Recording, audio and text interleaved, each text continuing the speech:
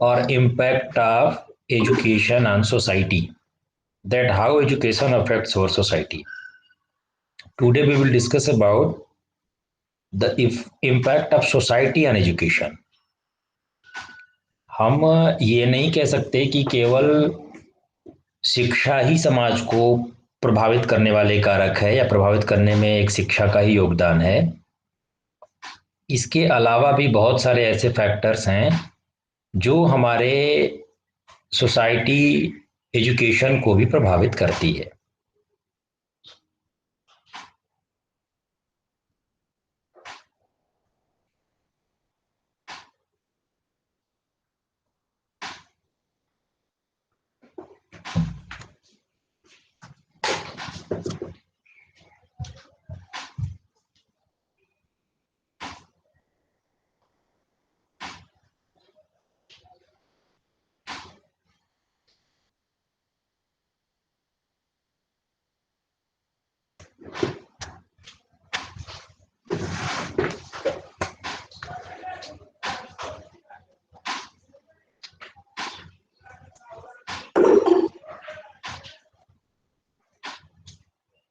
Am I audible?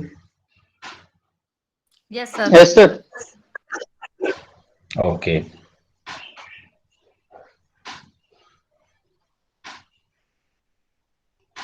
So,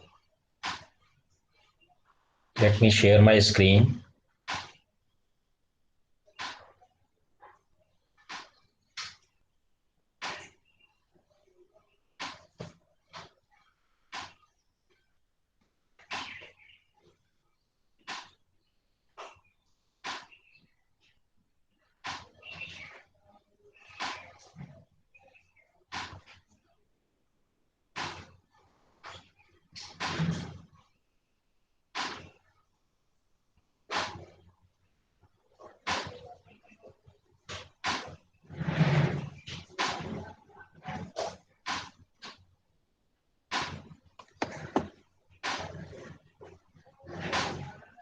Just a minute.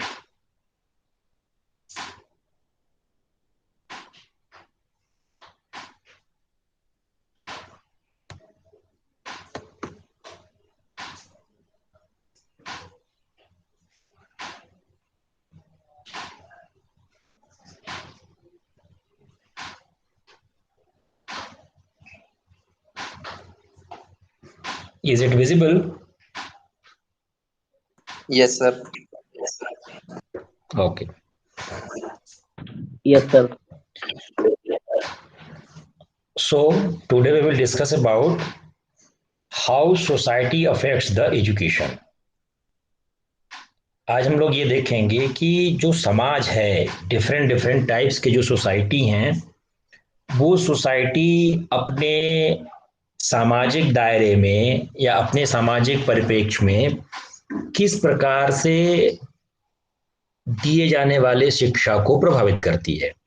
या अगर आप यूं कहें कि जो सोसाइटी के जो एक महत्वपूर्ण इंस्टीट्यूशन है, उस महत्वपूर्ण इंस्टीट्यूशन को सोसाइटी कैसे प्रभावित करती है।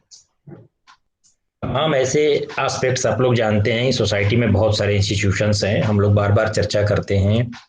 जैसे आप चिकित्सा को एक इंस्टीट्यूशन के रूप में मानते हैं, आप सिक्योरिटी को एक इंस्टीट्यूशन के रूप में मानते हैं, आप जो जुडिशियरी है उसको एक एजुकेशन सिस्टम के रूप में मानते हैं।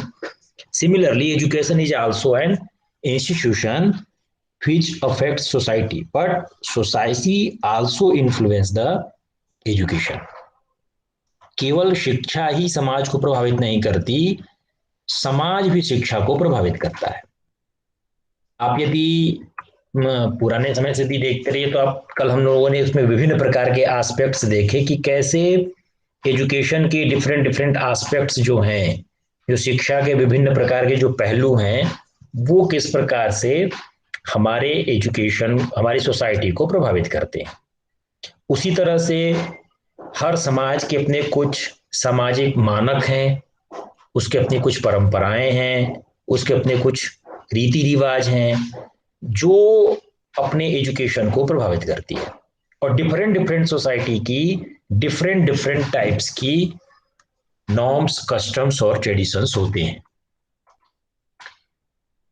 Society and education can not be separated from each other. कल भी हम लोग इस बात पे चर्चा किए थे कि education is a social phenomena.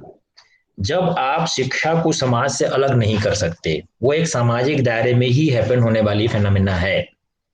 इसलिए आप कहते हैं कि सोसाइटी को भी आप एजुकेशन से अलग नहीं कर सकते। अगर कोई सोसाइटी है और उस सोसाइटी की आप कल्पना कीजिए कि वहां किसी प्रकार की शिक्षा की व्यवस्था ही ना हो, तो फिर आप समाज की भी इस तरह से कल्पना नहीं कर सकते। और इसलिए यदि आप कहें कि society in itself is like an educational institution, क्योंकि इस शैक्षिक दायरे में, इस शैक्षिक संस्थान में जितने भी तरह के नियम कायदे कानून हैं, उस स्थिति में अगर देखा जाए तो सोसाइटी भी अपने आप में एक एजुकेशनल इंस्टीट्यूशन की तरीके है। बहुत सारी चीजें आप अपनी सोसाइटी से सीखते हैं। आपको विद्यालय से, बहुत विद्यालय में तो आपको औपचारिक शिक्षा का प्रावधान किया गया है, लेकिन समाज से भी आप ऐसी बहुत सारी चीजें सीखते हैं जो आप विद्यालय में शायद वो चीज आपको न मिले, या करिकुलम में वो चीज इंक्लूडेड न हो। ऐसे बहुत सारी चीजें आप सोसाइटी से सीखते हैं। तो जब हम सीखने के ऊपर बात करते हैं, टीचिंग लर्निंग के ऊपर बात करते हैं, या केवल लर्निंग की बात करते हैं, तो वहां पर सोसाइटी स्वयं एक शैक्षिक संस्था के रूप में दिखती है। क्यों? क्योंकि शिक्षा का मतलब क्या है? सीखना और सिखाना। और जो कुछ भी आप सीखते हैं वो अपने किसी सामाजिक दायरे में आप सीखते हैं। तो हम ये तो जरूर कहते हैं कि एजुकेशन जो है वो शिक्षा का संस्थान है, एजुकेशन एक शिक्षा का सबसिस्टम के रूप में है। तो जब आप शैक्षिक संस्थान की बात करते हैं तो उस स्थिति में सोसाइटी भी अपने आप में एक सोशल इंस्टीट्यूशन जो है वो एजुकेशनल इंस्टीट्यूशन के रूप में दिखता है। तमाम तरह के सोशल इंटरेक्शंस, विभिन्न प्रकार की जो सामाजिक अंतः क्रियाएं हैं, वो हमें इस बात के लिए योग्य बनाते हैं कि हम अपनी सोसाइटी में कैसे बिहेव करेंगे, या अपनी सोसाइटी के जो दूसरे लोग उनको कैसे पहचानेंगे, कौन हमारा मित्र है, कौन हमारा शत्रु है, कौन मेरा भला चाहता है, कौन मेरा बुरा चाहता है।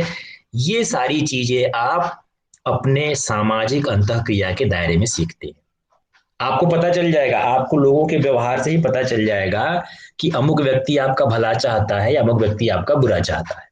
ये चीज आपको, ये सोशल इंटरेक्शन, जब तक आप किसी के साथ इंटरेक्ट नहीं करेंगे, इंटरेक्शन नहीं करेंगे, अंतःक्रिया नहीं करेंगे, तब तक आप उसके बारे में जान ही नहीं सकते। जैसे मान लीजिए इस डिपार्टमेंट में, या पहले कोई अगर शिक्षक आपके परिचित हों, किसी कभी आप पढ़े हुए हों, तो आप देखे होंगे कि जो जो टीचर ज्यादा किसी के साथ इंटरेक्ट करता है, आपसे बहुत हर तरह की बातचीत करेगा, अंतःक्रिया करेगा, वो आपके लिए फेमिलियर हो जाएगा, उससे आप हर चीज आप साझा करना शुरू कर देते हैं, वो फेमस होता है। और बहुत से ऐसे भी टीचर होते हैं जो एकदम इंटरेक्शन ही नहीं करते और आपको उनसे डर लगता है। यदि कोई शिक्षक आपसे, भाई जाहिर सी बात है, जो आपसे हर तरह की बातचीत करेगा, जो आपसे अंतःक्रिया करेगा, उसके बारे में आप जानेंगे, आप समझ जाएंगे कि अमुक व्यक्ति क्या चाहता है। और जो आपसे बातचीत ही नहीं करे, अरे बाप रे बाप, पता नहीं क्या सर सोचते होंगे, उनसे तो बात करने में हमको डर लगता है, या फला मैडम जो हैं वो पता नहीं किस तरह के नेचर की हैं, उनसे तो उनका तो समझ ही नहीं आता। तो इस तरह की जो चीजें हैं, ये सारा कुछ आपकी अंतःक्रिया के ऊपर डिपेंड करता है। और यदि आप किसी के साथ अंतःक्रिया करेंगे, किसी के साथ आपका इंटरेक्शन होगा, तो इंटरेक्शन में आपको उसकी सब चीजें आप जान जाएंगे। फिर आप बहुत ज्यादा इंटरेक्शन करेगा तो बहुत फेमस भी व्यक्ति हो जाता है, और जो एकदम से इंटरेक्शन नहीं करेगा, कोई भी आप नमस्कार भी करते हो, विश भी करते हो, उसका भी कोई जवाब ना दे, है ना, ये क्या है, तो आप क्या सोचेंगे, बहुत एरोगेंट है। हो सकता है उसके पीछे उसकी कोई भावना ना हो। कोई भी ऐसा टीचर या कोई भी ऐसा व्यक्ति हो सकता है कि आपके विश करने के लिए उसका कोई इस प्रकार की बात ना हो, या उसको उस तरह से ना लेता हो, लेकिन फिर भी आपके दिमाग में ये बात आएगा, क्योंकि आप तो उससे बातचीत किए नहीं, आप उसकी उसकी भावना को आप समझ ही नहीं पा रहे हैं कि वो क्या चाहता है, या उसका किस तरह का बिहेवियर है। तो जब तक आप किसी से इंटरेक्शन नहीं करेंगे, जब तक आप किसी के साथ अंतःक्रिया नहीं करेंगे, तब तक वास्तविक स्थिति का आपको पता नहीं चल सकता है। और जब आप विभिन्न प्रकार के लोगों के साथ इंटरेक्शन करते हैं, डिफरेंट डिफरेंट टाइप्स के विद्यार्थी लोगों के साथ, विद्यार्थियों के साथ, टीचर के साथ, या अपने फैमिली मेंबर में, रिलेटिव के साथ जब आप अंतःक्रिया करते हैं, तो विभिन्न प्रकार की अंतःक्रियाओं की वजह से विभिन्न प्रकार के लोग आपको मिलते हैं। उस स्थिति में आने वाले समय में आप लोगों को रीड करना, जज करना भी समझ जाते। तो ये तो कोई औपचारिक है नहीं भाई, ये जो सोशल इंटरेक्शन की बात है ये तो किसी औपचारिक शिक्षा की कहीं इसकी कहीं जिक्र ही नहीं है, किसी औपचारिक शिक्षा में शायद ही कहीं प्रबंध इस बात का हो। तो यहाँ पर जब आप सोशल इंटरेक्ट, तो ये सोशल इंटरेक्शन के माध्यम से आप चीजों को ये आपको योग्यता देती है कि आप लोगों को पहचान सके। जिसके बारे में इंटरेक्शन करेंगे वो फेमस होगा, उसके बारे में जानेंगे। जिसके बारे में आप, जो आपसे कोई इंटरेक्शन नहीं करेगा, कोई अंतःक्रिया नहीं करेगा, उसके बारे में आप कोई एक धारणा बना लेंगे और उसके बारे में वास्तविक स्थिति आपको नहीं पता चलेगी। सिमिलरली और customs and values shape our upbringing, thus molding the personality. Her society के अपने कुछ कस्टम्स होते हैं, उसकी कुछ वैल्यूज होती हैं। जैसे हम आपको बार बार संवैधानिक मूल्यों की बात करते हैं, हमारे अपने धर्मों में बहुत सारे कस्टम्स की, बहुत सारे ट्रेडिशंस की बात कही जाती हैं। तो ये जो कस्टम्स हैं, जो वैल्यूज हैं, वो हमारी पर्सनालिटी की शेपिंग करता है, मॉडलिंग करता है, हमको उस हिसाब से ढालता है। ये जो वैल्यूज हैं, क्योंकि वो वैल्यूज आप अपने माँ बाप में, अपने आसपास में, पास पड़ोस में, अपने मित्रों में वो चीजें देखते हैं, तो धीरे धीरे वैसा आप व्यवहार करना शुरू करते हैं। इसलिए आपका व्यवहार भी उस सोसाइटी के मेंबर्स के हिसाब से होता है।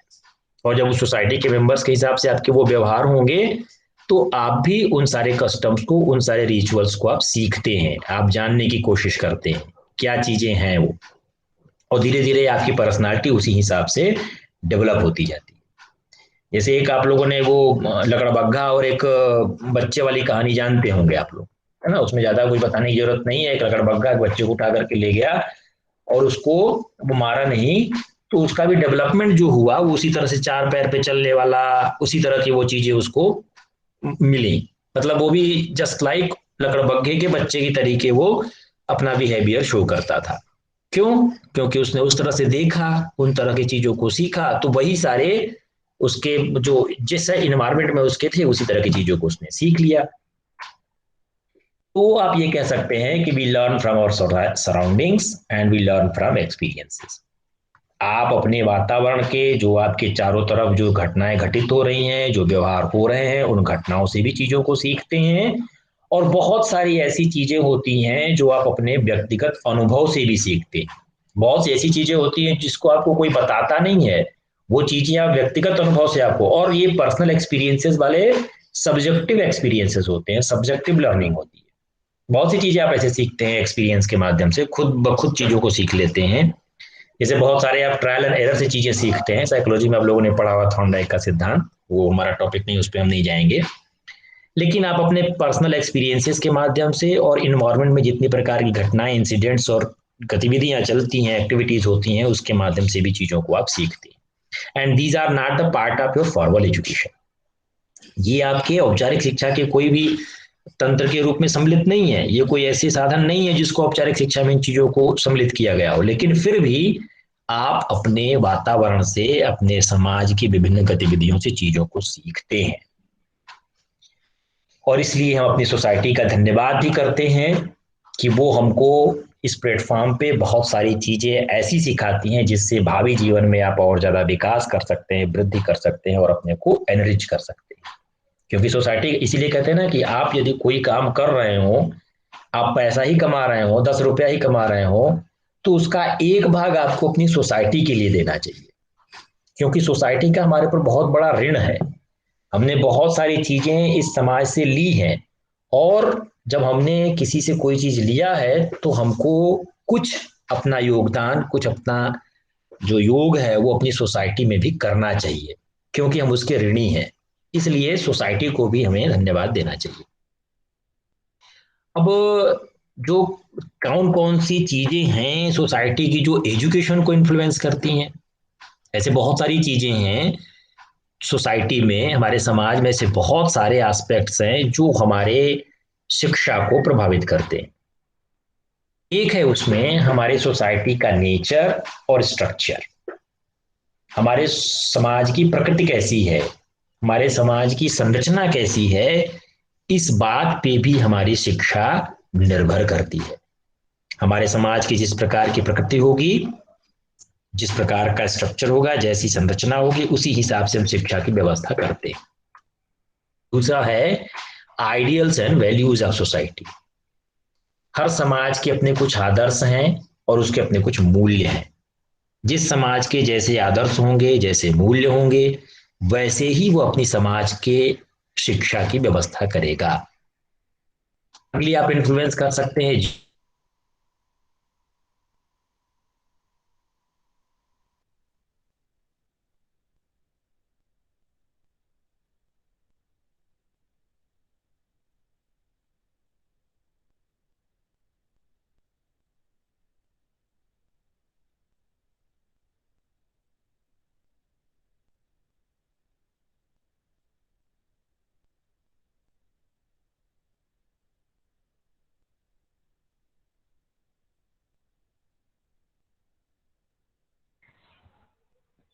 सर आवाज नहीं आ रही आपकी।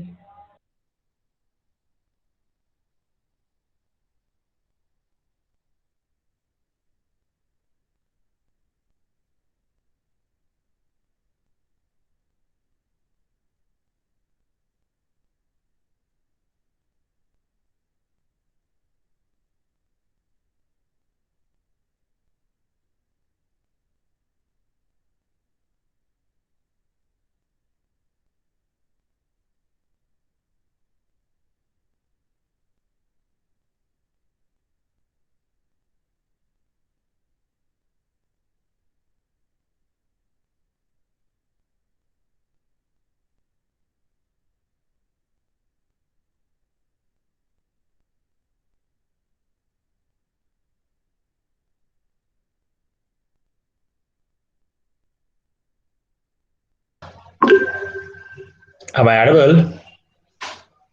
Yes sir. Okay. Yes, sir. तो there are many influences on society.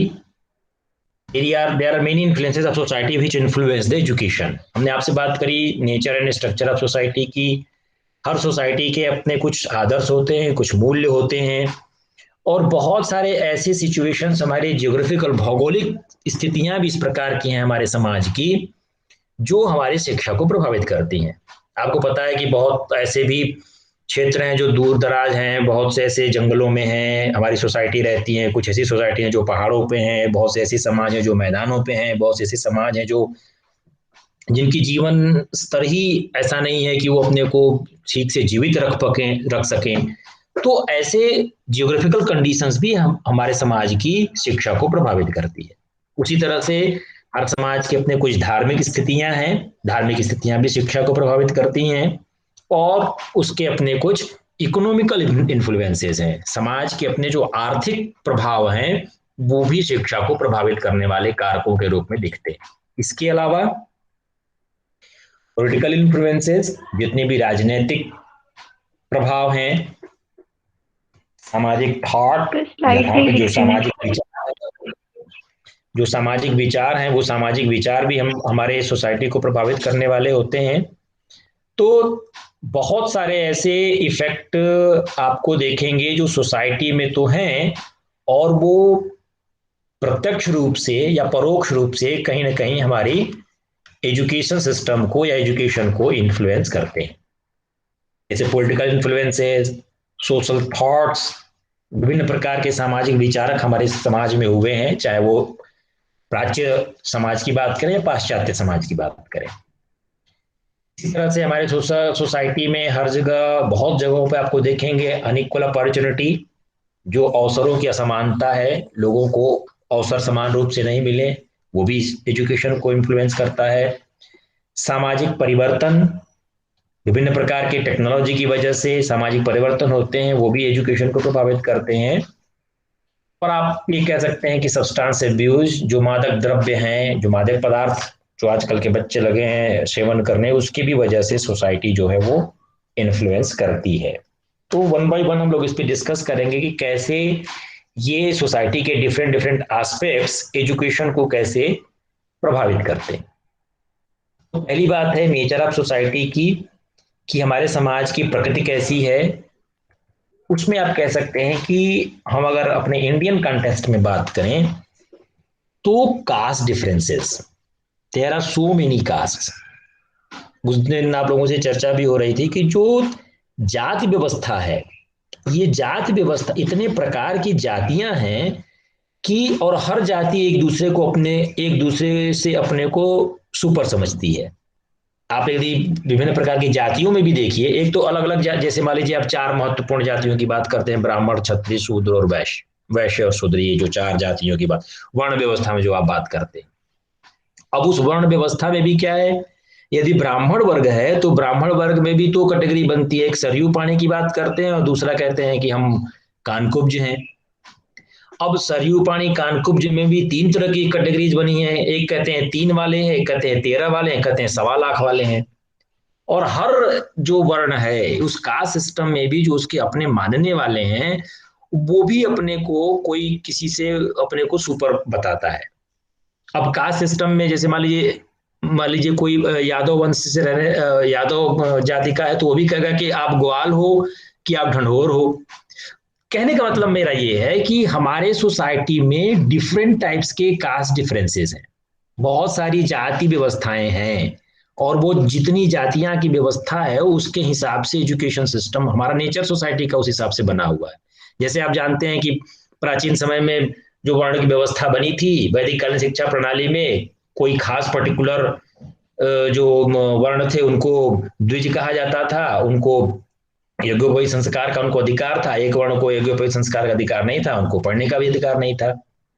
वो जो वर्ण व्यवस्था थी वो कास्ट सिस्टम में आई, और कास्ट सिस्टम में एजुकेशन को इफेक्टिव प्रभावित किया उन चीजों को। ये कह दिया गया कि भाई पढ़ने लिखने का जो ज्यादातर काम है वो एक पर्टिकुलर वर्ण करेगा, बाकी लोगों को खेती किसानी करने का, सुरक्षा करने का, उपजाने।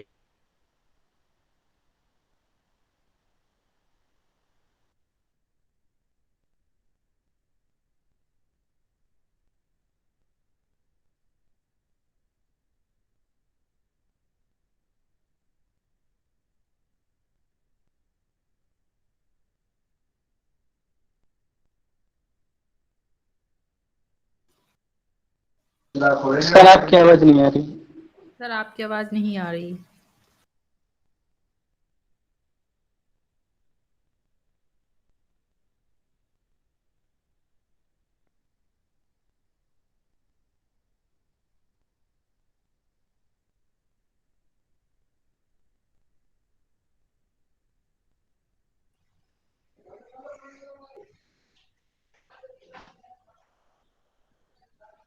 आवाज आ रही है?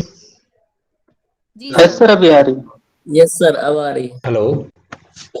यस सर अभी आ रही है आवाज। हाँ मैं ऐड, ओके। यस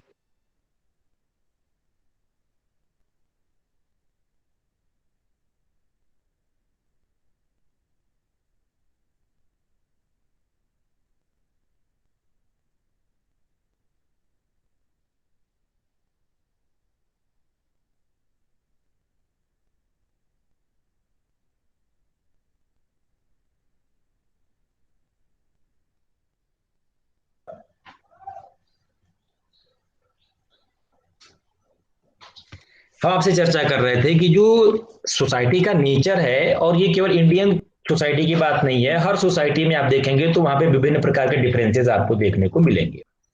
हो सकता है कहीं पे अपर क्लास लोअर क्लास की बात हो, कास्ट सिस्टम ना हो, क्लास सिस्टम हो, वर्ग व्यवस्था बनी हुई है, किसके पास कितना पैसा है, कितना धन है, या आप किसी को पढ़ाई लिखाई के आधार पर भी डिस्क्रिमिनेशन कर सकते हैं। तो ये जिस प्रकार की आपकी कास्ट सिस्टम, जैसे आप अगर पाश्चात्य संस्कृति में चले जाए तो वहाँ क्रिश्चियंस में भी कैथोलिक और रोमन प्रकार के आपको डिफरेंसेस मिलते हैं। यदि आप दूसरे डिस्क्रिमिनेशन में देखिए दूसरे किसी सोसाइटी में, तो कहीं पे सिया सुन्नी की भी बातें हैं। अगर आप बौद्ध धर्म की बात करते हैं तो हीनयान महायान और श्वेतांबर दिगंबर की, ऐसे बहुत सारे आपको डिफरेंसेस मिलते हैं, और इन डिफरेंसेस की वजह से भी सोसाइटी में अलग अलग प्रकार के एजुकेशन सिस्टम की व्यवस्था की गई है। बौद्ध धर्म में भी आप लोग पढ़े हैं कि सभी को बौद्ध भिक्षु बनने का अधिकार नहीं था। कुछ लोग बाद में जाकर के गृहस्थ आश्रम में जाकर के वो अपनी आगे की जिंदगी को काटते थे, कुछ लोग वहीं बौद्ध मठ में रह करके आगे शिक्षा दीक्षा में संलग्न रहते थे। तो it's depends on the nature of society. ये हमारे समाज की प्रकृति के ऊपर डिपेंड करता है कि हमारे एजुकेशन की व्यवस्था कैसी होगी। तो सोसाइटी का नेचर भी काफी कुछ हमारे एजुकेशन सिस्टम को प्रभावित करता है। सिमिलरली जो आपका स्ट्रक्चर है सोसाइटी का, मान लीजिए आपकी सोसाइटी में स्ट्रक्चर एक ऑटोक्रेटिक सोसाइटी है जिसको आप एक तंत्रात्मक समाज कहते हैं। तो एक तंत्रात्मक समाज में अनुशासन पे बहुत ज्यादा बल होगा। आप अपने मर्जी से कोई काम नहीं कर सकते। जिस प्रकार का एक तंत्र है, जो राजा चाहता है वैसा ही आपको चीजें करनी होंगी। आपको उसकी जो आदेश हैं उन आदेशों का आपको पालन करने वाला सिखाया जाता है एजुकेशन में। शिक्षा इस प्रकार की होगी कि आपको अनुशासन सिखाएगी, आपको उनके आदेशों का पालन करना सिखाएगी, और सामान्य लोगों के लिए सामान्य शिक्षा की व्यवस्था होगी। आप दो तरह की इसमें एजुकेशन की व्यवस्था होती है। एक होती है जनरल एजुकेशन, सामान्य शिक्षा, सामान्य गणित आपको आ जाए, सामान्य सामाजिक विज्ञान आ जाए। लेकिन लिबरल एजुकेशन केवल जो राजा होता है उसके लिए होता है। वो कितना ही साल तक कुछ भी पढ़ सकता है, कुछ भी चीजें खेल सकता है। वो एक पर्टिकुलर समूह के लिए वो चीजें बनाई जाती हैं। उसी तरह से इसमें आप education not for all, education तो होती है लेकिन एक ही प्रकार की एजुकेशन सभी की व्यवस्था नहीं होती। सामान्य जन जो होते हैं वो सामान्य शिक्षा प्राप्त करते हैं। सामान्य शिक्षा का मतलब उनको सामान्य गणित आ जाए, सामान्य विज्ञान आ जाए, सामान्य चीजों को सीखते हैं। और जो ऊपर बैठा हुआ व्यक्ति होता है वो लिबरल एजुकेशन उसके लिए होता है। वो कोई भी विषय जितने समय तक चाहे उतने समय तक उसमें जितनी गहनता के साथ चाहे वो पढ़ सकता है। और यहाँ पर सोसाइटी को चलाने के लिए जनरल एजुकेशन की व्यवस्था की होती है। इस प्रकार की हमारी ऑटोक्रेटिक सोसाइटी होती है। इसके अगेंस्ट कुछ आपकी डेमोक्रेटिक सोसाइटी है, जहां पे आप उनको लिबर्टी देते हैं, वहां पर उनके लिए स्वतंत्रता होती है। वो व्यक्ति को महत्वपूर्ण मान करके उसको लिबर्टी दिया जाता है। सब लोगों के बीच इक्वलिटी की भावना होती है, समानता उनके अंदर होता है। आप ये नहीं कह सकते कि आप फला जाति के हैं तो आप नहीं पढ़ सकते। सबको पढ़ने का अधिकार होगा, वहां पर सभी को जीविकोपार्जन का अधिकार होगा। और वहां पर कोऑपरेशन की भावना होगी, जो सहयोगात्मक भावना होगी। सब लोग आपस में कोऑपरेटिव वे में डेमोक्रेसी में काम करते हैं। और free and compulsory education for all, ये सारी एक्टिविटीज की अगर बात करें तो सभी लोगों के लिए मुफ्त और अनिवार्य शिक्षा की व्यवस्था, मुफ्त एवं अनिवार्य शिक्षा की व्यवस्था यहाँ पर की गई होती है। तो ये स्ट्रक्चर भी हमारे एजुकेशन सिस्टम को प्रभावित करता है। यदि ऑटोक्रेटिक होगा तो वहां पर एक ही प्रकार की शिक्षा सबके लिए नहीं होगी। लेकिन यदि डेमोक्रेटिक सोसाइटी होगी तो वहां पर सभी के लिए मुफ्त और अनिवार्य शिक्षा की व्यवस्था राजतंत्र करता है। सिमिलरली हमारे कुछ अपने सोशल आइडियल्स हैं। हर सोसाइटी के अपने कुछ सोशल आइडियल्स होते हैं जो हमारे एजुकेशन सिस्टम को प्रभावित करता है। जैसे आप अपने इंडियन एजुकेशन सिस्टम की बात करें तो जितने भी आपके जो अधिकार हैं, जो संवैधानिक अधिकार की बात कर, कॉन्स्टिट्यूशनल राइट्स की बात कर लीजिए, these are also included in the social ideals. जैसे इक्वलिटी की बात करते हैं, समानता की, फ्रीडम की बात करते हैं, स्वतंत्रता की, फ्रेटर्निटी की बात करते हैं, बंधुत्व की, और सेकुलरिज्म की बात करते हैं, धर्मनिरपेक्षता की, सोशल जस्टिस की बात करते हैं, सामाजिक न्याय की, सोशलिज्म की बात करते हैं, समाजवाद की, और आप बात करते हैं नॉन एक्सप्लॉयटेशन की, शोषण के विरुद्ध। शोषण किसी का नहीं किया जाएगा। तो ये हमारे अपने इंडियन कॉन्स्टिट्यूशनल जो आइडियल्स हैं, ये जो हमारे आदर्श हैं, हम एजुकेशन को भी अगर हमारे आइडियल्स ये होंगे तो ये सारी चीजें आपको एजुकेशन में देखने को मिलेगा। जब कभी वैदिक कालीन प्रणाली थी तो वहां पर सबको पढ़ने का अधिकार ही नहीं थे, सब लोग इक्वलिटी नहीं थी। आज सबको पढ़ने के अधिकार है, सबको स्वतंत्रता है। सब लोग चूंकि हम भारत को माँ कहते हैं तो इसके जितने भी बच्चे हैं सब आपस में बंधुत्व की भावना से रहते हैं। वो चाहे किसी भी कास्ट, किसी भी धर्म, किसी भी रिलीजन का, फ्रेटर्निटी होनी चाहिए। इन चीजों को हम बात करते हैं एजुकेशन में ले आने की। हम धर्मनिरपेक्षता की बात करते हैं, सभी धर्मों के समानता की बात करते हैं। और जो कोई ऐसा सामाजिक वर्ग दबा कुचला हो, वंचित हो, उसके लिए हम सामाजिक न्याय की व्यवस्था करते हैं और समाजवाद की व्यवस्था करते हैं, सोशलिज्म की बात करते हैं। और सिमिलरली किसी का एक्सप्लॉयटेशन न हो, शोषण न किया जाए, इस प्रकार की सामाजिक व्यवस्था की हम बात करते हैं। शिक्षक किसी स्टूडेंट से अपने घर का काम न कराए, ठीक है। जैसे बहुत सारे इंस्टीट्यूशंस में आपको पीएचडी के स्कॉलर्स देखने को मिल जाएंगे कि घर की सब्जी से लेकर के हर प्रकार के काम वो करते हैं। तो इस प्रकार के एजुकेशन सिस्टम नॉन एक्सप्लॉयटेशन वाली स्थिति बनाने की स्थितियां हैं, और वो सोशल आइडियल्स के रूप में आप निर्धारित करते हैं, उसमें आप रख सकते हैं। Next, influences of social values. हमारे अपने कुछ सामाजिक मूल्य हैं। मूल्यों को कई तरह से आप कैटेगराइज कर सकते हैं, वो हमारा टॉपिक नहीं है यहाँ पर, लेकिन हम 5 सार्वभौमिक मूल्यों की बात करते हैं। ऐसे 5 सार्वभौमिक मूल्य हैं जो हर समाज में आपको देखने को मिलेगा, और उसको सार्वभौमिक मूल्य की श्रेणी में आप रख सकते हैं। एक है ट्रुथ, जिसे आप कहते हैं सत्य। दूसरा है राइटियस कंडक्ट, जिसे आप कहते हैं सदाचार, तीसरा है पीस, जिसे आप कहते हैं शांति, लव प्रेम, और नॉन वायलेंस अहिंसा। These are the 5 universal values. यदि और इसके आधार पर आप शिक्षा की व्यवस्था, ये अगर वैल्यूज आपकी सोसाइटी में होंगी तो ये सारी वैल्यूज आपके नागरिकों में इनकलकेट होगा। आपकी पाठ्यचर्या वैसी बनेगी, उसमें सदाचार की बातें होंगी, उसमें शांति की बातें होंगी, उसमें प्रेम की बात होगी, और उसमें नॉन वायलेंस की बात होगी। जैसे एक एग्जाम्पल मिलता है कि पढ़ा रहे थे मैथमेटिक्स, और एग्जाम्पल क्या था, छोटे बच्चों को एग्जाम्पल दिया जा, एक किसी रिसर्च में पढ़ रहे थे, उनको एग्जाम्पल दिया गया कि there are 15 black peoples and 5 have killed from any weapon. 15 काले व्यक्ति थे और 15 काले व्यक्तियों में से 5 को गोली मार दी गई। कितने व्यक्ति बचे? अब बच्चे बताते थे 10 व्यक्ति। अब ये जो एग्जाम्पल है कि किसी व्यक्ति की हत्या करना, गोली मारना, ये आप पढ़ा तो मैथमेटिक्स रहे हैं, लेकिन ये वैल्यूज कहाँ ले जा रही हैं आपको? तो ये एजुकेशन में ये 5 ऐसे यूनिवर्सल वैल्यूज आप रख सकते हैं, जिन 5 यूनिवर्सल वैल्यूज की वजह से आप सोसाइटी में एजुकेशन की, यदि ये सारे वैल्यूज आपको इनकलकेट करना है, it must be included in your curriculum and methods. Similarly आप अगले इन्फ्लुएंस की बात कर सकते हैं कि जो जियोग्राफिकल कंडीशंस हैं, बहुत सारे ऐसे जो भौगोलिक क्षेत्र हैं, जो भौगोलिक क्षेत्र में व्यक्ति अपने आप को एडॉप्ट ही नहीं कर पाता।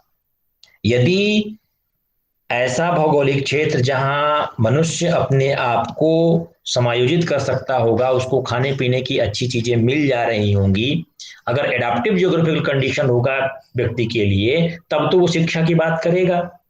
लेकिन यदि रोज उसको जद्दोजहद करनी है, जिसको कहते हैं कि रोज कुआं खोदना, रोज पानी पीना, यदि ये स्थिति होगी उस सोसाइटी की, यदि जियोग्राफिकल कंडीशन इतनी अनफेवरेबल है कि आपको रोजमर्रा की खाने के लिए आपको जद्दोजहद करनी पड़ती है, तो वो आपके लिए एडाप्टेबल नहीं है वो कंडीशन। तो वहां पर आप केवल अपने पेट पूजा के लिए तो आप काम करेंगे, फिर शिक्षा पे आपका ध्यान नहीं जाएगा। तो ऐसे जियोग्राफिकल कंडीशंस जो ह्यूमन सोसाइटी के लिए एडाप्टिव हैं, वहां पर व्यक्ति की आसानी से जिंदगी सरवाइव कर सकती है, यदि ऐसी स्थिति होगी तब तो हम एजुकेशन की बात करेंगे। भाई कहते हैं ना कि 3 चीजें महत्वपूर्ण है, रोटी, कपड़ा और मकान। यदि आपकी ये मूलभूत चीजें यदि पूर्ण नहीं होंगी तो आप शिक्षा की कहां से बात करेंगे? आप देखिए कि हम सार्वभौमिकरण, शिक्षा के सार्वभौमिकरण की बात करते हैं। हमने बार बार कहा कि राइट टू एजुकेशन आया, लेकिन राइट टू एजुकेशन इंप्लीमेंट होने के इतने वर्षों के पश्चात भी क्या 100% इनरोलमेंट हम सिक्योर कर पाए हैं? क्या आप देखते हैं कि वो जो मजदूर का बच्चा वो जाता है काम पे करने के लिए, तो जो बड़ी बहन होती है वो अपने छोटे भाई को, छोटी बहन को देख रेख करती है। उसका क्या, जो गली कूचों में जाकर के कूड़ा उठाते हैं, जो ऐसे मार्जिनलाइज सेक्शंस हैं, उनके लिए क्या, वो तो कोई आपका राइट टू एजुकेशन लाख लागू कर लीजिए, आपने ये भी कर दिया कि भाई प्राइवेट स्कूल्स में 25% रिजर्वेशन दे दिया जाएगा। तो प्रावधान करना और एजुकेशन दोनों अपनी अपनी चीजें हैं। तो ये तो खैर अब जियोग्राफिकल कंडीशंस की हम बात कर रहे थे कि जो भौगोलिक क्षेत्र है, यदि दुर्गम भौगोलिक क्षेत्र होगा तो आदमी को अपनी जिंदगी को बचाए रखना ही सबसे बड़ी चुनौती होगी। वहां पर शिक्षा की उतनी अच्छी व्यवस्था नहीं होगी जो कि समायोजित जियोग्राफिकल कंडीशन में या एडाप्टिव जियोग्राफिकल कंडीशन में उपलब्ध होगी। दूसरी बात, अवेलेबिलिटी ऑफ नेचुरल रिसोर्सेज। यदि किसी भी समाज में जो प्राकृतिक संसाधन है वो उपलब्ध होंगे, तो प्राकृतिक संसाधन की वजह से आपकी इकोनॉमी वहां पे बिल्डअप होगी, और जब इकोनॉमी बिल्डअप होगी तो आप एजुकेशन पे भी ध्यान देंगे, क्योंकि कहीं ना कहीं वो इकोनॉमी के ही आधार पे आपको अगर टेक्नोलॉजी की चीजें अगर लेकर के आनी है तो आपको उसी को उसमें लेकर के आना पड़ेगा। इकोनॉमी बहुत महत्वपूर्ण है, और इकोनॉमी के लिए जरूरी है आपके नेचुरल रिसोर्सेस। जो भी आपके प्राकृतिक संसाधन हैं, वो प्राकृतिक संसाधन किसी समाज में कितने उपलब्ध हैं, है ना, वो प्राकृतिक संसाधन जितने उपलब्ध होंगे आपका समाज उतना ज्यादा विकसित या उतना ज्यादा शिक्षा पे, व्यवस्था पे ध्यान देगा। सिमिलरली आप ये कह सकते हैं कि जैसे आप agricultural education in agriculture dominant society, जहां पर कृषि, जैसे हम कहते हैं हमारे एक पंचवर्षीय योजना में ढेर सारे कृषि विश्वविद्यालय खोले गए, क्योंकि हमारा जो आर्थिक व्यवस्था भी है वो कृषि प्रधान देश के रूप में हम माने जाते हैं। तो यहाँ पर एग्रीकल्चरल एजुकेशन को ज्यादा, जहां पर कृषि प्रधानता होगी किसी समाज में, वहां पर कृषि पर ज्यादा जोर दिया जाएगा, क्योंकि वो उनके जीवन रेखा है वो।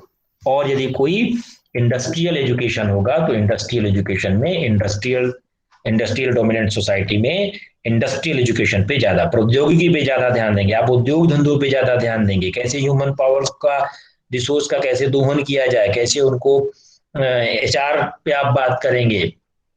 तो ये कहने का मतलब है कि जियोग्राफिकल कंडीशंस जिस प्रकार की होंगी उस प्रकार से ही आप शिक्षा की व्यवस्था करेंगे। एग्रीकल्चर डोमिनेंट सोसाइटी में ज्यादातर एजुकेशन पे फोकस होगा, इंडस्ट्रियल डोमिनेंट सोसाइटी में इंडस्ट्रीज पे फोकस होगा। यदि जियोग्राफिकल कंडीशंस आपके लिए फेवरेबल हैं तो शिक्षा की व्यवस्था वहां पर ठीक होगी। यदि नेचुरल रिसोर्सेज अच्छे होंगे तो इकोनॉमी बिल्डअप होगी और एजुकेशन की व्यवस्था आप कर सकते हैं। These are some factors related to geographical conditions. Now we will discuss about the influence of religious conditions। जो धार्मिक स्थितियां हैं, ये धार्मिक स्थितियां भी हमारे एजुकेशन को प्रभावित करती हैं। कैसे? जिस प्रकार के आपके धार्मिक स्थितियां होंगी वैसे ही आप शिक्षा के उद्देश्यों को निर्धारित करते हैं कि आप वहां किस प्रकार, कैसे लोगों को बनाना चाहते हैं। जैसे बार बार आप अपोजिशन के लीडर्स के आज बार बार सुनते होंगे कि शिक्षा का भगवाकरण कर दिया गया, तमाम इसमें जो परिवर्तन लाए जा रहे हैं वो इसका भगवाकरण किया जा रहा है। तो जैसे रिलीजियस कंडीशन, क्योंकि वो पर्टिकुलर एक रिलीजियस को मानने वाले अगर विचारधारा होगी तो वो उस तरह की चीजें वो करेंगी, वो उनका विरोध भी करते हैं।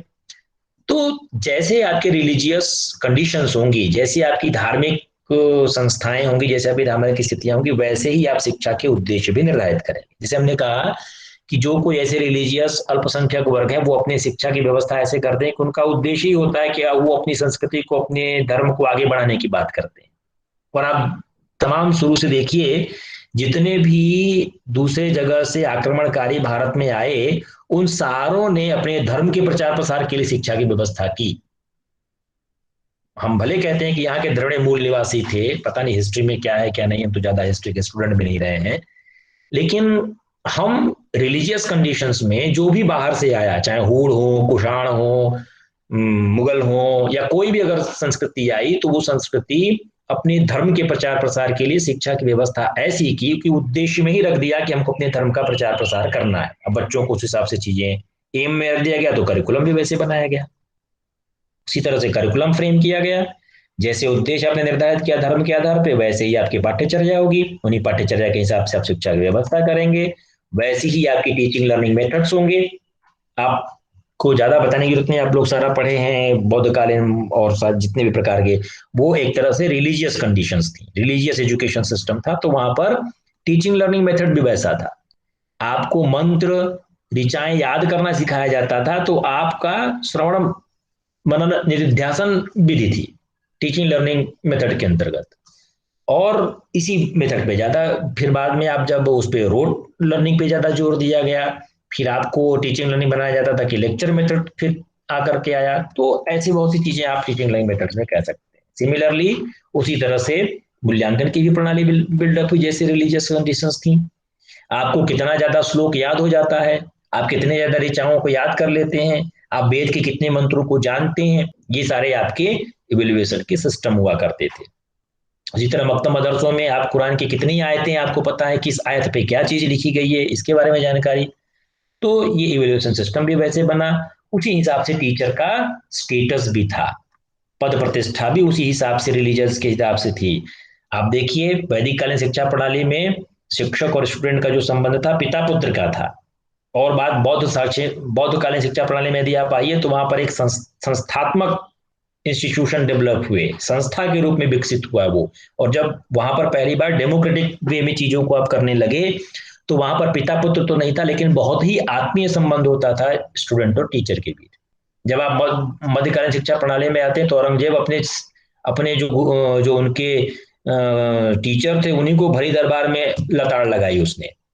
तो ये जो लगातार आप देखते हैं, और आज के समय में हम बात करते हैं, न तो पिता पुत्र जैसा संबंध है, ना वह आत्मीय संबंध है, ना ही आप इस तरह के, अब तो प्रोफेशनल रिलेशनशिप है। भाई हम अगर इस प्रोफेशन में हैं हमने एक जॉब की तरीके, प्रोफेशन की तरीके लिया है, तो हम अपने काम को कितने उत्तरदायित्व के साथ कर रहे हैं, अपनी क्लास कंडक्ट कर रहे हैं, और वो आत्मीय संबंध कितना आप के बीच, हमारे बीच है, ये डिपेंड करता है इस इकोनॉमिक कंडीशन में, इस प्रोफेशनल रिलेशनशिप में। तो ये लगातार बदलती रहती हैं।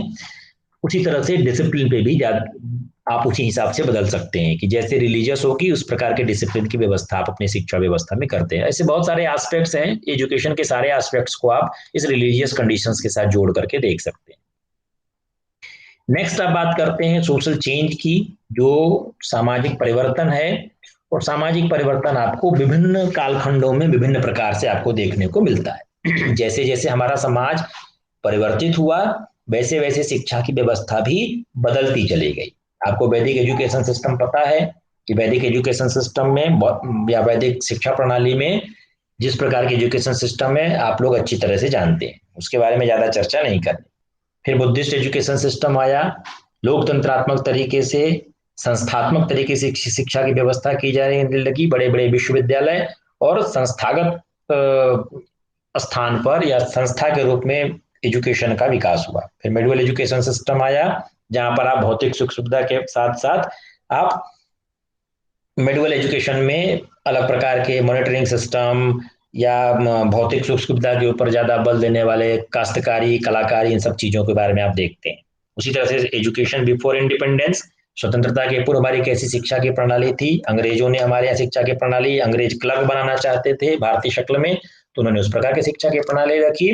फिर जब हमारा संविधान लागू हुआ तो एजुकेशन आफ्टर इंडिपेंडेंस, ये आपको पता है, हम सारे अपने लोकतंत्रात्मक समाज में अपने संवैधानिक अधिकारों के साथ, संवैधानिक कर्तव्यों के साथ हम आज शिक्षा की व्यवस्था किए हुए हैं। तो ये जो सोशल चेंज है, ये वैदिक पीरियड से लेकर के और आधुनिक समय तक आप इन चीजों को समझ सकते हैं कि कैसे सामाजिक परिवर्तन होते गए और हमारे समाज में परिवर्तन होने की वजह से शिक्षा भी वैसे ही बदलती चली गई।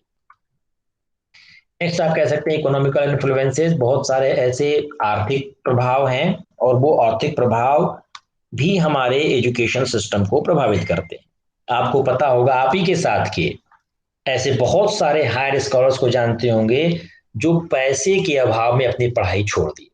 ये भी एक रिसर्च का विषय है कि जैसे छोटी क्लासेस में अगर आप देखिए तो बहुत सारे ऐसे बहुत मेधावी छात्र होते हैं। हालांकि इंडियन गवर्नमेंट का बहुत अच्छा प्रयास था नवोदय विद्यालयों की स्थापना करना, तो ये जो ड्रॉप आउट्स हैं, it is only due to the weak economical condition.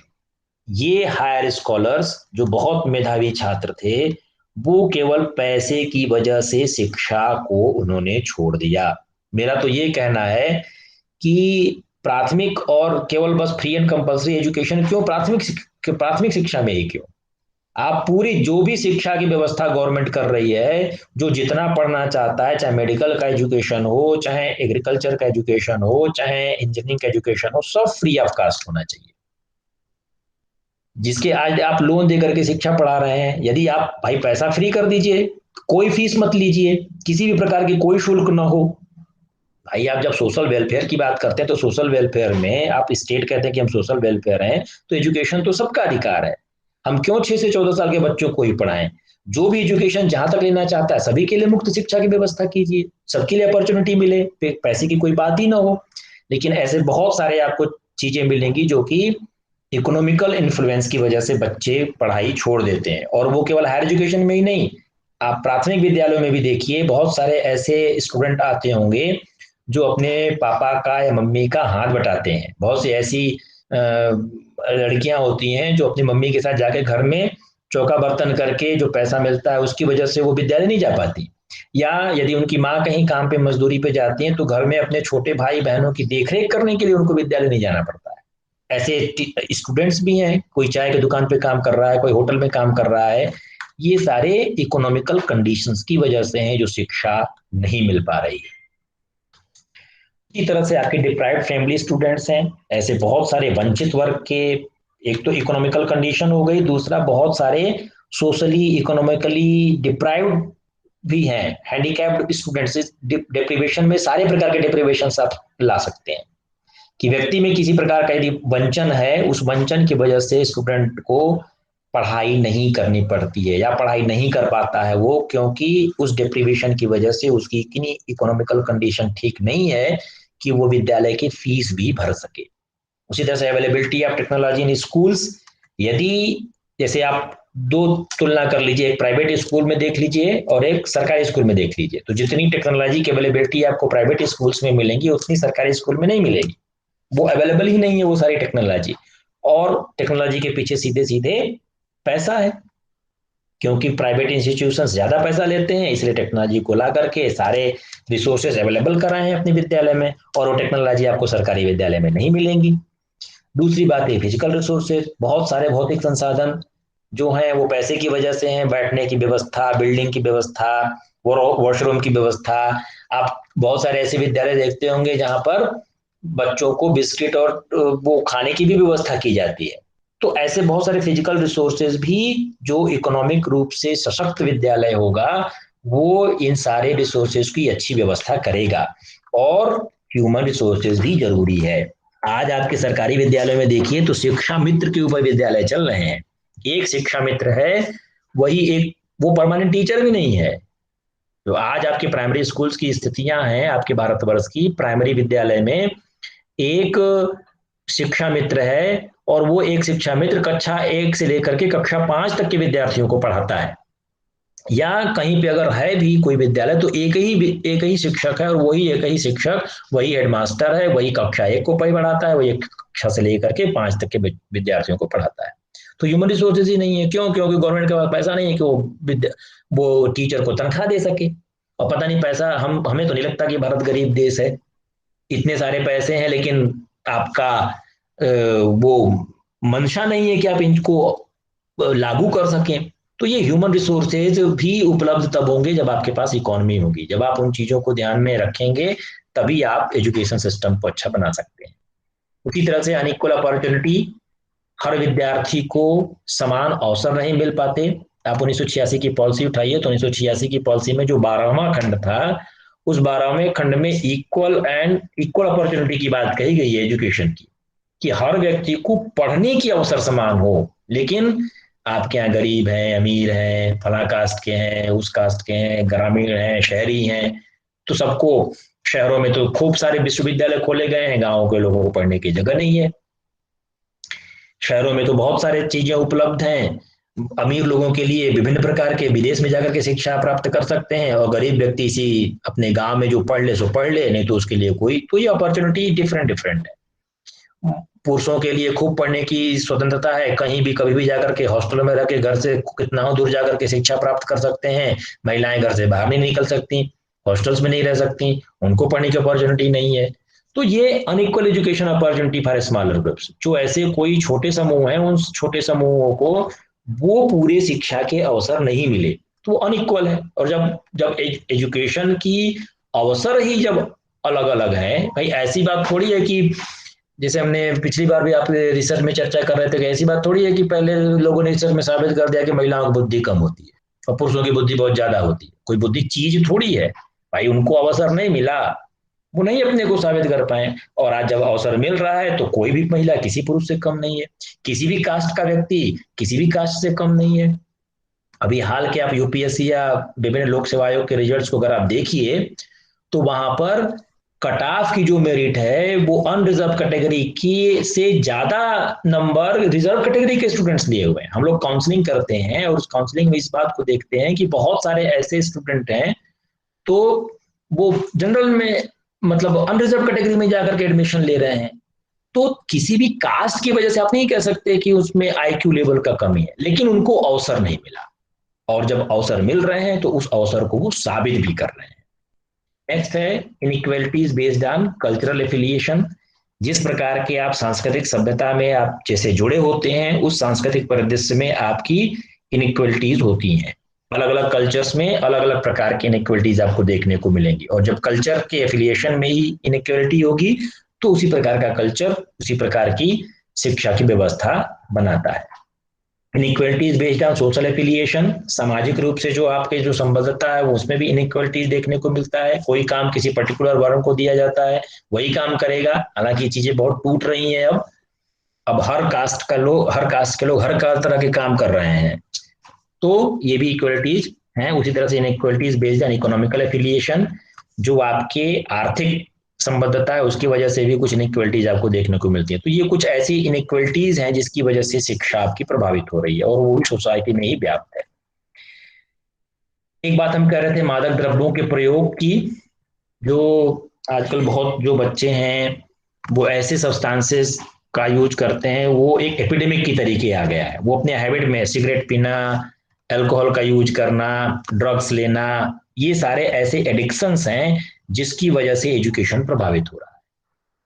छोटे छोटे बच्चे जो भी युवा वर्ग है, उस युवा वर्ग वो ड्रग्स के चक्कर में, अल्कोहल के चक्कर में या सिगरेट और इन सारे एब्यूजेस की वजह से वो अपनी एजुकेशन को प्रभावित कर रहे हैं। ये भी हमारी सोसाइटी का एक बहुत ड्रॉबैक है। इसकी वजह से लीड्स टू क्रिमिनल बिहेवियर।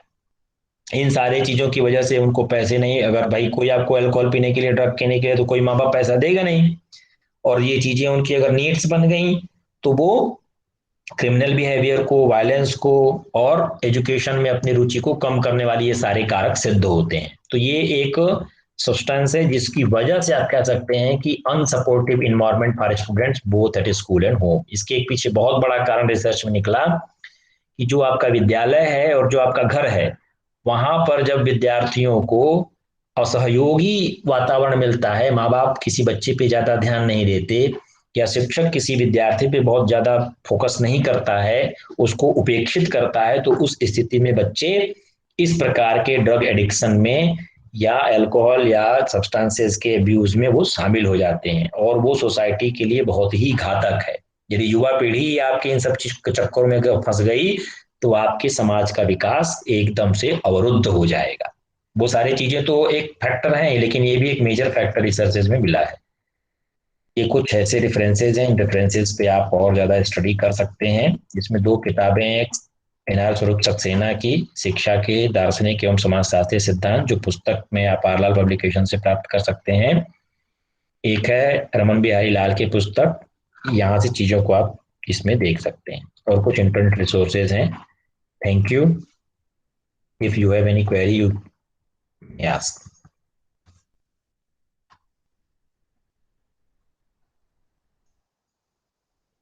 बताइए। 2 तरह के एस्पेक्ट हमने बात करी, एक एजुकेशन का सोसाइटी पे प्रभाव और दूसरा सोसाइटी का एजुकेशन पे प्रभाव। दोनों ही एक दूसरे को प्रभावित करने वाले कारक हैं। जनरली हम एजुकेशन को तो मानते हैं, सोशल चेंज की सारी चीजों की तो बात करते हैं कि सोसाइटी में लेकर के आता है, लेकिन कहीं ना कहीं आपकी सोसाइटी भी आपके एजुकेशन को प्रभावित करती है। तो दोनों वाइसी वर्सा है। किसी का कोई क्लैरिफिकेशन, कोई बात जोड़ना चाहता है, कोई बात बताना चाहता है तो उसका स्वागत है। सर, एजुकेशन सोसाइटी को ज्यादा प्रभावित करती है या सोसाइटी एजुकेशन को ज्यादा प्रभावित करती है? ज्यादा और प्रश्न का तो कोई बात ही नहीं है आशा। अब ये कोई ऐसा किलो और वैसे तो है नहीं कि हम सोसाइटी को इतने किलो में तौल दें या एजुकेशन को इतने ग्राम में तौल दें, तो आप इस तरह के कोई मेजरमेंट नहीं है कि आप मेजर कर सकें कि कौन किसको ज्यादा प्रभावित कर रही है। लेकिन ये बात आप जरूर कह सकती हैं कि दोनों ही एक दूसरे को प्रभावित करने वाले कारक हैं। दोनों ही वाइसी वर्सा एक दूसरे को प्रभावित करते हैं। बहुत ज्यादा मेजरमेंट आप नहीं कर सकते कि कौन ज्यादा कौन कम है। हाँ, एक चीज आप ये जरूर कह सकती हैं कि जो जो तकनीकी है, टेक्नोलॉजी की यदि बात करें तो टेक्नोलॉजी दोनों को ही प्रभावित करने वाले एस्पेक्ट के रूप में आज के समय में है। टेक्नोलॉजी की वजह से आपकी सोसाइटी चेंज हो रही है, और टेक्नोलॉजी की वजह से आपकी एजुकेशन सिस्टम भी प्रभावित हो रही है। और कोई? सर ये अवसरों की जो असमानता है सर, ये क्या है, जो शिक्षा नीति बनती है इनको प्रभावित करती है सर? क्या कह रहे हैं विनीत? सर ये अवसरों की असमानता है, ये एजुकेशन पॉलिसी बनती है, जो भी शिक्षा नीति बनती है, इनको प्रभावित करती है क्या? मतलब और करती भी है तो कैसे सर? पॉलिसी को प्रभावित करती है? हाँ सर, नहीं पूछ रहे सर, अगर करती भी है तो किस तरीके से सर? भाई समाज को तो जरूर प्रभावित करती है। जैसे मान लीजिए दो व्यक्ति हैं, आप ही के गांव के या आपके आसपास के दो व्यक्ति हैं। एक व्यक्ति को पढ़ने की पूरी स्वतंत्रता है, उसको सब कुछ अवसर दिए गए। उसके पिताजी उसको पेंसिल, इरेजर, शार्पनर, सारी सारी चीजें उपलब्ध कराते हैं जब तक वो जहां तक पढ़ना चाहता है। और दूसरा व्यक्ति ऐसा है जिसको वो अवसर नहीं मिल पा रहे हैं, कि उसको रोज के जिंदगी के रोज के काम करने पड़ रहे हैं, उसको पढ़ने के अवसर ही नहीं मिल पा रहे हैं। तो ये दोनों ही शिक्षा को प्रभावित करती हैं। लेकिन 1986 की पॉलिसी में इस बात पे जब देखा गया कि क्या सबको अवसर समान मिल रहे हैं क्या, जब इस बात पे रिसर्चेज मिली तो गवर्नमेंट ने अपनी एक नीति बनाई कि हमको एजुकेशन के अवसर सभी के लिए उपलब्ध कराने हैं। सभी के लिए उपलब्ध कराने का मतलब, वो चाहे अमीर हो, चाहे गरीब हो, चाहे शहर का हो, चाहे गांव का हो, चाहे महिला हो, चाहे पुरुष हो, किसी भी प्रकार का, अगर वो भारत का नागरिक है तो उसके पढ़ने के लिए अपॉर्चुनिटी सेम होनी चाहिए, उपलब्धता होनी चाहिए उसके पास। और इस चीज को ध्यान में रख करके बहुत सारे ऐसे उस समय खोले गए। नवोदय विद्यालय का कॉन्सेप्ट आप जानते हैं। उसी समय आया कि 3 किलोमीटर के दायरे में एक प्राथमिक विद्यालय की स्थापना की जाएगी। फिर बाद में उसको चेंज करके 1 किलोमीटर के अंतर्गत प्राथमिक विद्यालयों की स्थापना की बात कही गई। फिर आसपास के 5 किलोमीटर के दायरे में जितने प्राथमिक विद्यालय थे उनको जोड़ करके विद्यालय संकुल बनाने की बात कही गई। तो वो एक बहुत ही अहम कदम था भारतीय सरकार का, जिसने इसमें नीति बनाई कि हमको पढ़ने की सबको समान अवसर देने हैं, अवसरों की समानता की बात कही गई। तो जाहिर सी बात है, यदि किसी एक वर्ग को, किसी एक समूह को पढ़ने का यदि अवसर मिले और दूसरे समूह या दूसरे वर्ग को पढ़ने का अवसर न मिले, तो आप कैसे, दोनों में तो फिर अंतर तो रह ही जाएगा। फिर आप किस तरह से आप कह सकते हैं कि भाई कैसे आप कह सकते हैं कि एक व्यक्ति ज्यादा, अगर कोई उसको कह देंगे बुद्धि, हम कहते हैं कि इंग्लिश मीडियम और हिंदी मीडियम की सिंपल सी बात देखिए, क्या इंग्लिश मीडियम वाले लोग जो होते हैं वो हिंदी मीडियम वाले से बहुत अच्छे होते हैं? लेकिन हमारे एक कॉन्सेप्ट है भाई, उनको अवसर मिला। यदि वही वही इंग्लिश का एक्सपोजर यदि सभी लोगों को मिला होता, सभी लोग इंग्लिश मीडियम स्कूल में पढ़ने के लिए सबको होते, तो ये लैंग्वेज की कोई बॉर्डर ही नहीं होता। लेकिन तमाम तरह के, देखिए आप आर्मी में देख लीजिए, कहीं भी सिलेक्शन कमेटी में देख लीजिए, हर जगह पे इंग्लिश का बोलबाला। इवन कॉपी कैरेटिंग में भी लोग जो इस तरह की विचारधारा से रहते हैं, वो एक उनका अलग माइंड सेटअप होता है, तो वो उनको उस तरह से ट्रीट करते हैं। लेकिन वो अपॉर्चुनिटी नहीं मिली।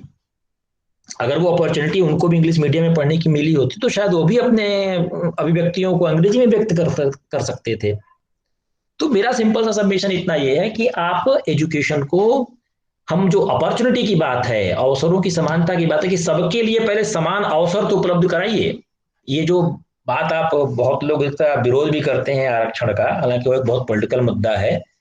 लेकिन जब जब आप रिजर्वेशन की बात करते हैं तो रिजर्वेशन कहीं ना कहीं वो इक्वलिटी लाने की बात है, वो अवसर देने की बात कही गई है कि कैसे पहले सबको अवसर तो मिल जाए, फिर आप हटा दीजिए। अभी आप लोग शायद रिसर्चेज पता नहीं जानते हो कि नहीं, अभी हाल ही का एक रिसर्च आया था कि जो एसटी कम्युनिटीज हैं, अभी यूपीएससी के एग्जाम्स की बात थी उसमें, तो बहुत सी ऐसी एसटी की कम्युनिटीज, उन्होंने ये मांग की है कि हमारा आरक्षण समाप्त किया जाए। क्यों? क्योंकि इस आरक्षण की वजह से हमारी कम्युनिटी का विकास अवरुद्ध हो गया है। बच्चे पढ़ लिख नहीं रहे, क्योंकि उनकी इस तरह की अपॉर्चुनिटी है, वो कर पा रहे हैं, तो वो पढ़ने लिखने में ही अपने को नहीं संलग्न कर रहे हैं, वो आगे अपना ग्रोथ रोक दे रहे हैं। तो ऐसे भी मांगे उठ रही हैं। और अब तो खैर रिजर्वेशन की बात, आप सामान्य वर्ग में भी ईडब्ल्यूएस की बात करते हैं, तो ये एक बहुत पॉलिटिकल मुद्दा है, इस बहुत डिबेट वाला प्रकरण है। लेकिन कहीं ना कहीं मुझे लगता है कि जो आपके संवैधानिक प्रावधानों में इन बातों को जोड़ा गया रहा होगा, तो वो इसी बात को ध्यान में रखा गया रहा होगा, क्योंकि उनको अवसर समान उपलब्ध हो। वो चाहे हम पॉलिटिकल राइट्स की भी बात कर लें, चाहे इकोनॉमिकल राइट्स की बात कर लें, वो सारी चीजें, उनको राइट, उनको अधिकार मिलने की बात है, वो अवसर मिलने की बात है। भाई आप सिंपल सी बात देखिए, अवसरों की बात की तो बात करती है गवर्नमेंट। हम कहते हैं कि आधी आबादी महिलाएं हैं, लेकिन इस आधी आबादी में भी आप संसद में रिजर्वेशन 33% फिक्स करते हैं, और उस 33% में भी क्या 33% महिलाएं आ पा रही हैं? भाई आधी आबादी है ना, तो आप अगर आप अवसर की बात कर रहे हैं तो आप 50% करिए ना रिजर्वेशन। यदि आपके पास विल पावर है तो आप उसमें करिए। अब जब ये मुद्दा उठा संसद में, तो उस समय के जो पॉलिटिकल पार्टी उन्होंने कहा कि नहीं ठीक है, महिलाओं को तो दीजिए, लेकिन महिलाओं में भी आरक्षण करिए। अब वो इसी पे बिल ही नहीं पास हो पाया। तो ये एक बहुत ही मतलब एक पॉलिटिकल मुद्दा है, उस पर हम चर्चा। लेकिन एक अवसर की बात जहां तक आपने किया, तो यदि अवसर सबको मिलेंगे फिर इक्वलिटी की आप बात करते, फिर कोई किसी प्रकार के कोई वो आप डिस्क्रिमिनेशन नहीं कर पाएंगे, क्योंकि सबको अवसर समान मिलेंगे। सब अपने जो जितना विकास करना चाहता हो, अपना जो जितना डेवलपमेंट करना चाहता हो वो कर सकता है। उसके लिए किसी प्रकार की रोक टोक नहीं होनी चाहिए, लेकिन अवसर तो दीजिए। पहले पहले वो अपॉर्चुनिटी तो उनको मिले। जब किसी को आप पहले पावदान पे ही चढ़ने से रोक देंगे, फिर आप कैसे कह सकते हैं कि वो पूरी सीढ़ी चढ़ करके छत पे चढ़ जाएगा। ये मैं कहना चाह रहा था। Yes sir. ठीक है, फिर लिंक आ गया आप लोगों का? हाँ सर। Yes sir. ठीक है, तो फिर जुड़िए। Okay, thank you. Thank you sir. Thank you sir. Good day sir. Thank you, sir.